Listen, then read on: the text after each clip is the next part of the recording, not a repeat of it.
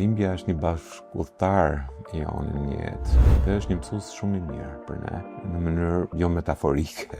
Duket sikur ka një gjë paradoksale në këtë mes. Bota asnjëherë s'ka qenë me shumë komoditete, dhe nga ana tjetër vjen re ankesa të shumta. A e krijon dhe mirëmban shoqëria qëllimisht këtë boshllëk të brendshëm në mënyrë që individi të mbetet gjithnjë në kërkim të diçkaje që i mungon? Është një lloj komercializimi i emocioneve. Ne vazhdimisht na ofrohen gjërat të cilat do na bëjnë të lumtur, të gëzuar, të shëndetshëm. Një lloj pamjoftueshmërie komercializohet në të njëjtën kohë me objektin që të na bëjt ne ndjehemi të mjaftueshëm. Pritshmëritë sociale, qoftë edhe ato familjare, janë që ne të jemi mirë të gjithë kohës, dhe kur vjet re një lot apo një fytyrë e trishtuar, kjo mund të krijojë reagime që ushtrojnë një lloj presioni mbi ne. Ç'është kjo qartë se ne jemi mërzitur, i ke gjitha të mirat, do ishte shumë keq për profesionin tim nëse nuk do kisha ndjeshmëri. Por ka raste të cilat me vërtet fillimisht të bën të mendosh që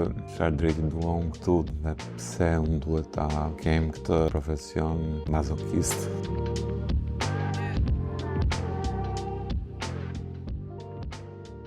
Në këtë episod të podcastit Apostrof kam kënaqësinë të kem të ftuar mjekun psikiatër, por edhe psikoterapist Neli Demi. Neli, mirë se erdhe. Mirë se erdhe, faleminderit për ftesën. Ne jetojmë sot në një botë që njerëzit ndihen gjithmonë më shumë të smur, po themi, më të pasigurt në vete, edhe pse shpesh mund të kemi në pamje të parë të gjitha gjërat në vijë, pra mund të kemi një punë të garantuar, të ardhura relativisht të mira dhe prap nuk ndihemi të plotësuar me veten tonë. Cilat janë disa nga aspektet e jetës moderne që na bëjnë të ndihemi kështu? Pa, në fakt, ajo që thatë juve mund ta themi që është vërtet, sigurisht që rastet janë specifike, por edhe mund ta përgjithësojmë këtë si gjetje, ne themi, dhe duket sikur ka një gjë paradoksale në këtë mes, pasi bota asnjëherë s'ka qenë me shumë komoditete, dhe nga ana tjetër vjen re ankesa të shumta, vjen re një rritje eksponenciale, do thoja unë, diagnostikimesh për problematike të ndryshme të shëndetit mendor apo problemet emocionale, dhe mendoj që ka disa faktorë që marrin pjesë në këtë përfundim që po e marrim të vërtet. Janë disa faktorë që kanë bënë me natyrën e marrëdhënieve njerëzore në këtë periudhë që ne jetojmë. Janë disa faktorë që kanë bënë me kërkesat që mund të ndihen si presion nga shoqëria, nga familja, nga njëri tjetri, nga vetja, që sigurisht përmban brenda edhe këto kërkesat e tjera të cilat ne perceptojmë si kërkesa ditëse, themi nga jashtë. Mendoj gjithashtu që ka të bëjë edhe me faktin që mënyra se si njerëzit lidhen me njëri tjetrin sot mund të ketë ndikuar gjithashtu. Ka shumë më tepër mundësi për të lidhur me të tjerat, por lidhjet kanë tendencën të jenë gjithnjë më sipërfaqësore, për shkak të natyrës se si njerëzit komunikojnë për rrjetet sociale apo teknologjia.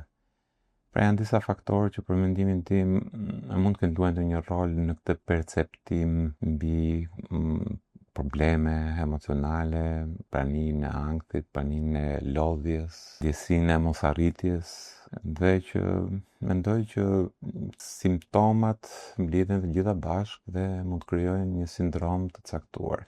Nga ana tjetër, më duhet të them si profesionist i shëndetit mendor, kam bënë re gjithashtu që edhe përgjigje nga qarqet tona të profesionistëve duket sikur ka ndjekur pas këtë lloj tendence.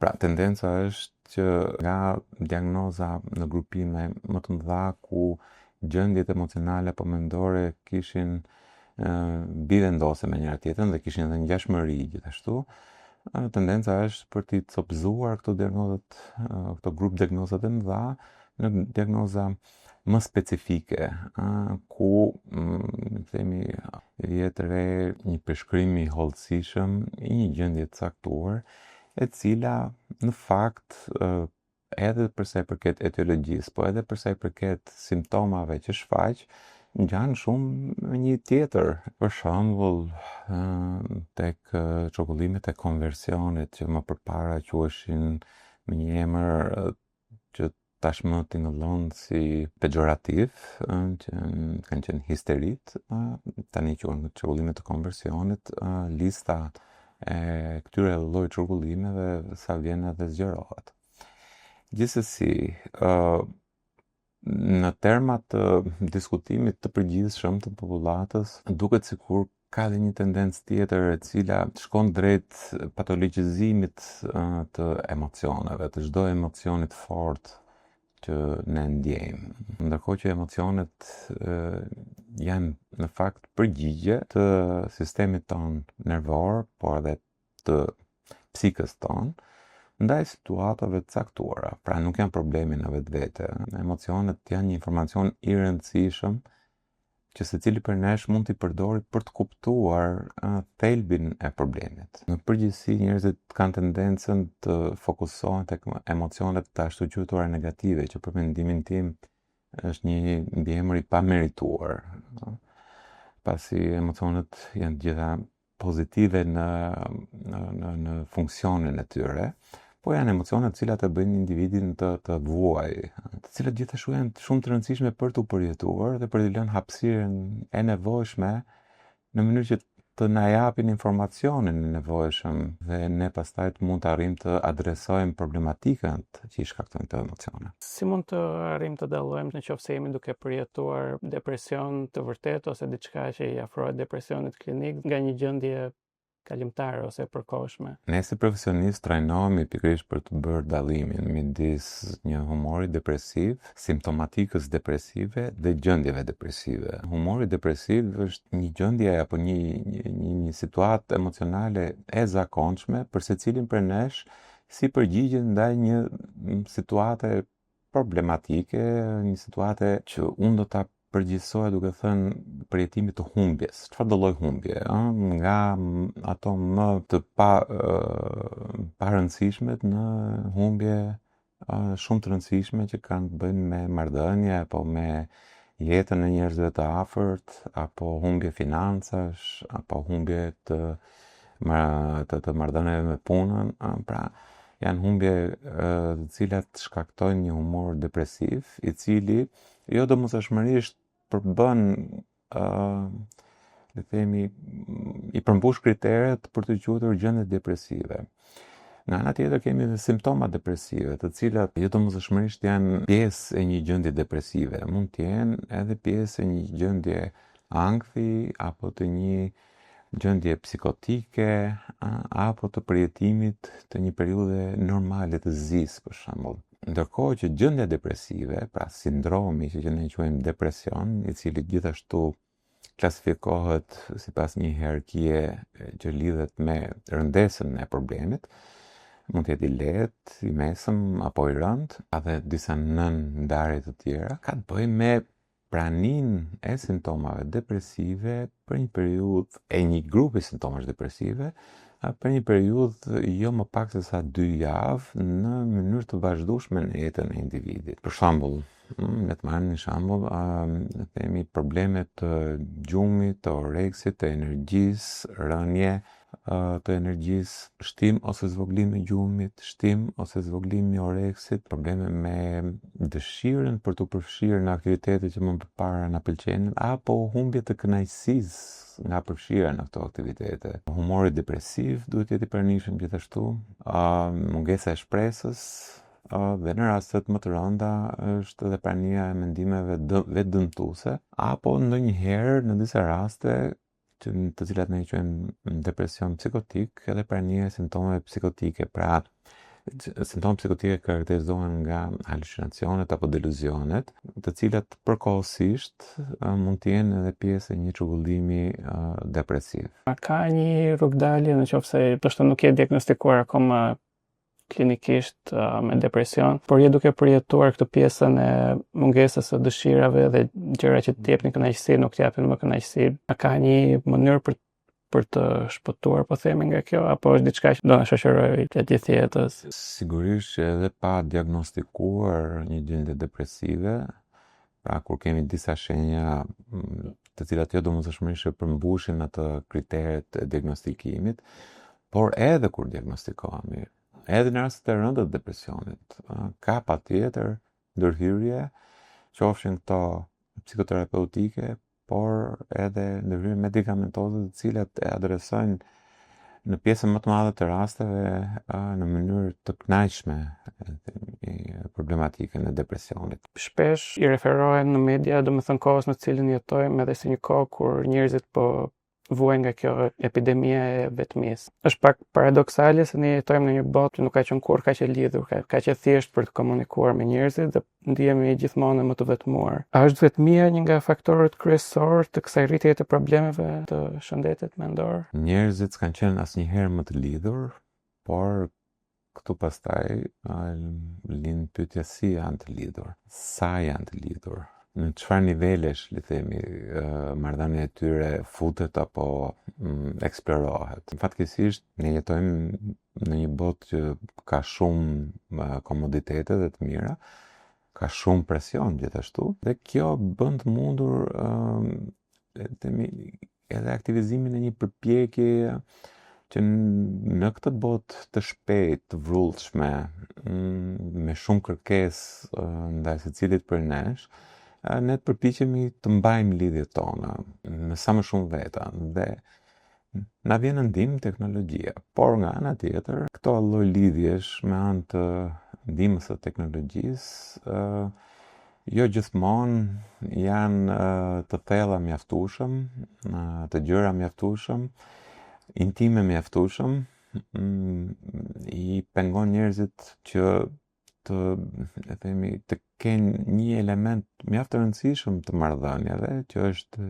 prekja apo kontakti fizik me njëri tjetrin. Dhe të gjitha këto karakteristika të mënyrës sotme, le themi, të komunikimit të shpejtë dhe teknologjik ndikojnë në ndjesitë që ne përjetojmë nga këto marrëdhënie virtuale apo në distancë. Kështu që kjo mund të kontribuoj në mënyrë domethënëse në këtë ndjesinë e vetmisë. Pastaj është ajo shprehje e famshme që përmendet shpesh, domethënë që vetmia nuk ka të bëjë me të qenurit vetëm, po të ndjerit i vetmuar. Dhe kjo është lidhur goxha ngushtë me marrëdhënien që ne kemi me veten tonë. Dhe marrëdhënia me veten sigurisht që përfshin edhe objektet psikologjike që ne kemi integruar në rritje sipër, në zhvillime sipër brenda nesh. Dhe objektet psikologjike janë marrëdhëniet kryesore që ne kemi pasur në jetë, çfarë na kanë dhënë dhe çfarë s'na kanë dhënë këto marrëdhënie. Dhe marrëdhënia me këto objekte psikologjike të integruara mund të na lehtësoj këtë ndjesinë e vetmisë, të thoya. A mund të ndodhë që me kalimin e kohës, me kalimin e viteve, nga një njeri që po themi ke patur një marrëdhënie të mirë me veten dhe me vetminë, nuk e ndjer kurrë vetëm me veten tënde, pas një periudhe të caktuar fillon dhe ta shohësh si problem këtë gjë? Është një pyetje e cila mund të ketë nevojë për një specifikim më të madh, le të themi, sepse së pari do të thojë që një person i cili ka arritur të krijojë një marrëdhënie të shëndetshme me veten e vet, e mbart këtë marrëdhënie me veten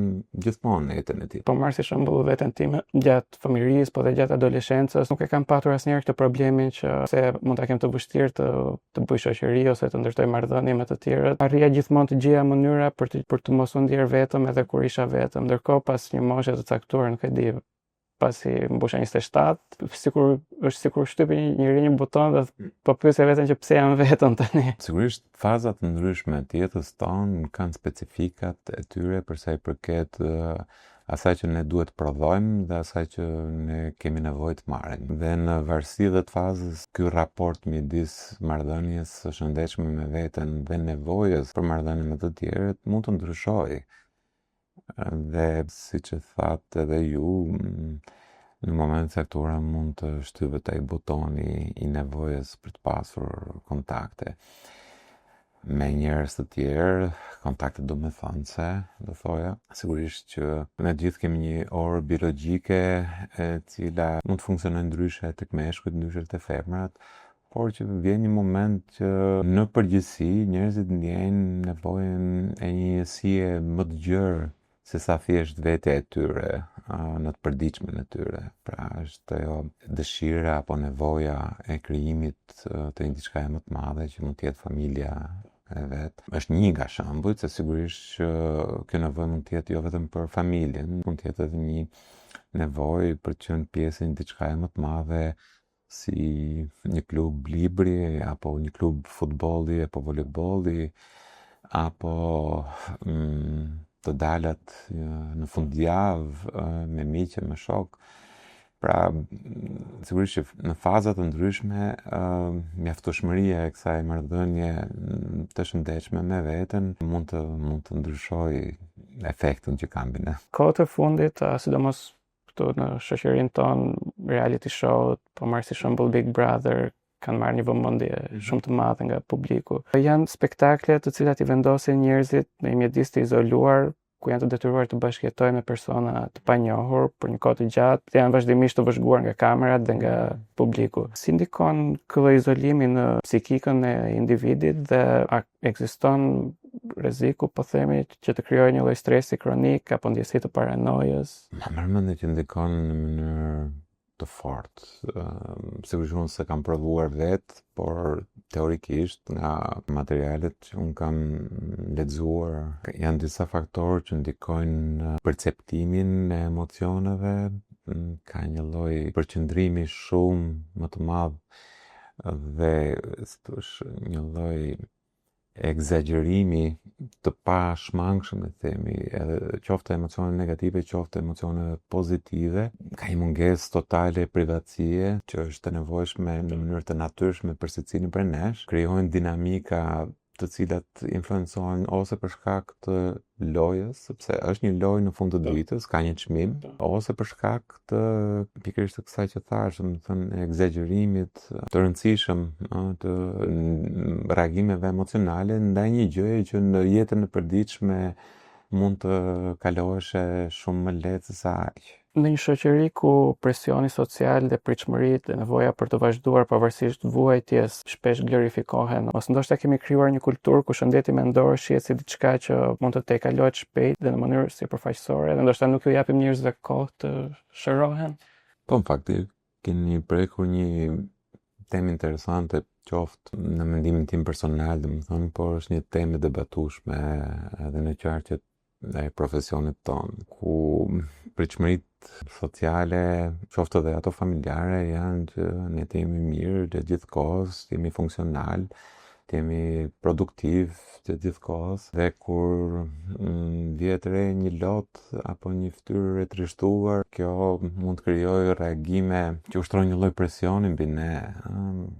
Ç'është kjo qarë, pse më e mërzitur, i ke gjitha të mirat, dhe që të mos ta vulgarizoj më tej, mund të them që ky presion në një farë mënyre ushqehet edhe nga disa strategji që për mendimin tim rastin më të mirë janë të padobishme në afatgjatë, siç janë, le të themi, këto strategjitë e vetëndimës, librat e vetëndimës apo aktivitetet motivuese, të cilat duket sikur japin disa receta të shpejta dhe efektive, por që fakti që janë të përgjithësuara si strategji dhe jo duke pasur parasysh historinë personale të personit që ka një problematikë caktuar, i bën ato në rastin më të mirë, thash, të jenë ndërhyrje sipërfaqësore dhe jo afatgjata në efektshmërinë e tyre. Duket sikur ka, le të themi, një përputhje midis këtyre pritshmërive dhe kërkesave, dhe nga ana tjetër dhe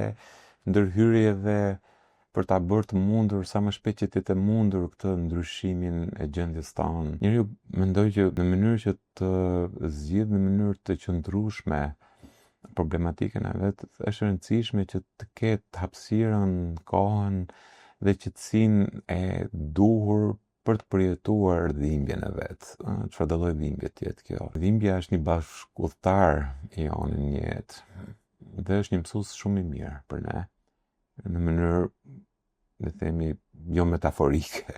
Është një mësues i mirë sepse e para ka funksion lajmërues dhe mbrojtës, dhe po na thotë që është diçka që nuk shkon mirë, dhe që duhet adresuar, ashtu siç bëjmë në fund të ditës për dhimbjen fizike.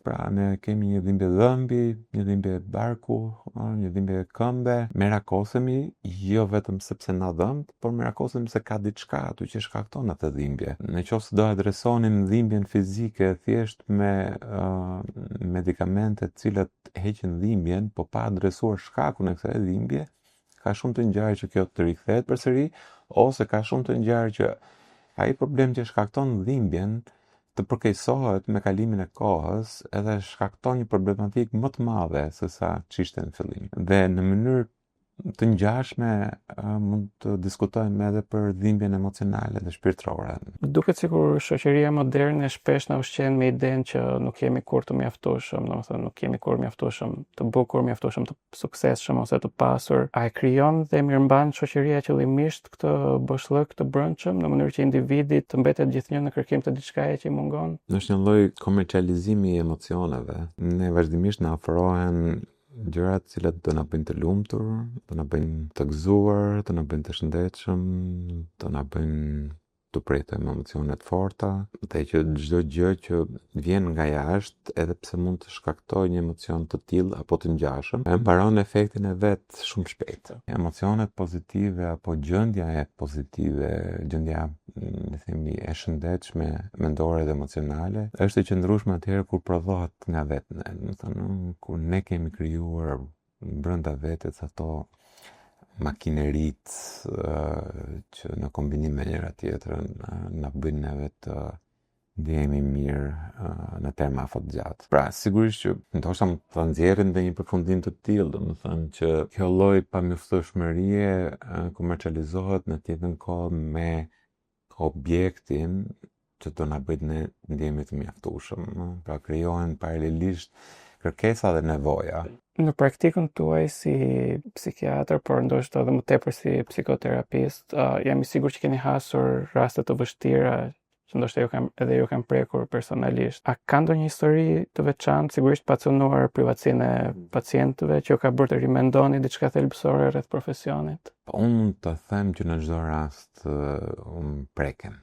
Në çdo rast me cilin punoj. Do ishte shumë keq për profesionin tim nëse nuk do kisha ndjeshmëri ndaj çdo rasti, ndaj çdo problematikës që vjen aty. Sigurisht në përjetimet e mia ka hierarki të ndryshme, le të themi, të dhimbjes, të traumës, të dramës që njerëzit kanë përjetuar në jetët e tyre. Nuk do doja të ndaloja në një rast të veçantë, por ka raste të cilat me të vërtet fillimisht të bën të mendosh që çfarë drejti dua unë këtu, domethënë, dhe pse unë duhet ta kem këtë, le të themi, profesion mazokist.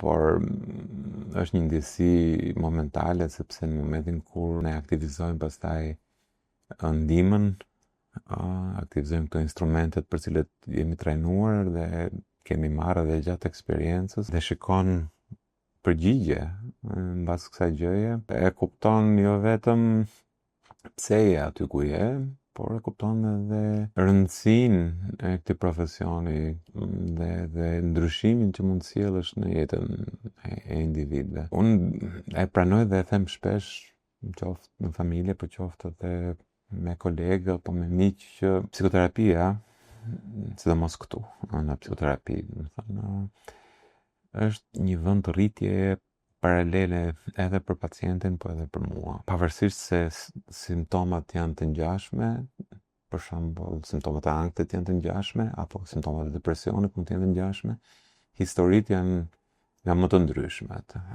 Dhe të punosh me historitë e njerëzve mëson shumë për tyre, dhe që pavarësisht se në ato raste kur ne ja dalim të sjellim ndryshim të mjaftueshëm dhe fuqizim të mjaftueshëm për individët, marrim edhe satisfaksion të shprehur nëpërmjet falënderimeve. Unë mund të them që jam falënderues edhe unë për ata që më kanë dhënë ata. Mirë, Neli, unë të falenderoj që ishe pjesë. Faleminderit Bjorn, ishte kënaqësi. Ky podcast mbështetet nga Abi Bank.